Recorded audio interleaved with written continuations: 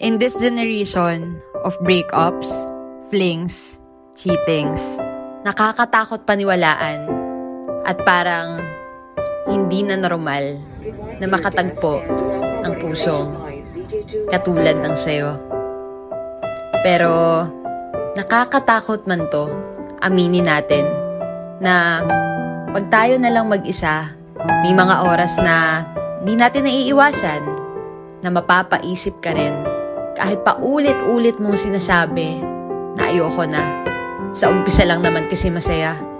Pagsawa ka na, pag may problema na, babay na.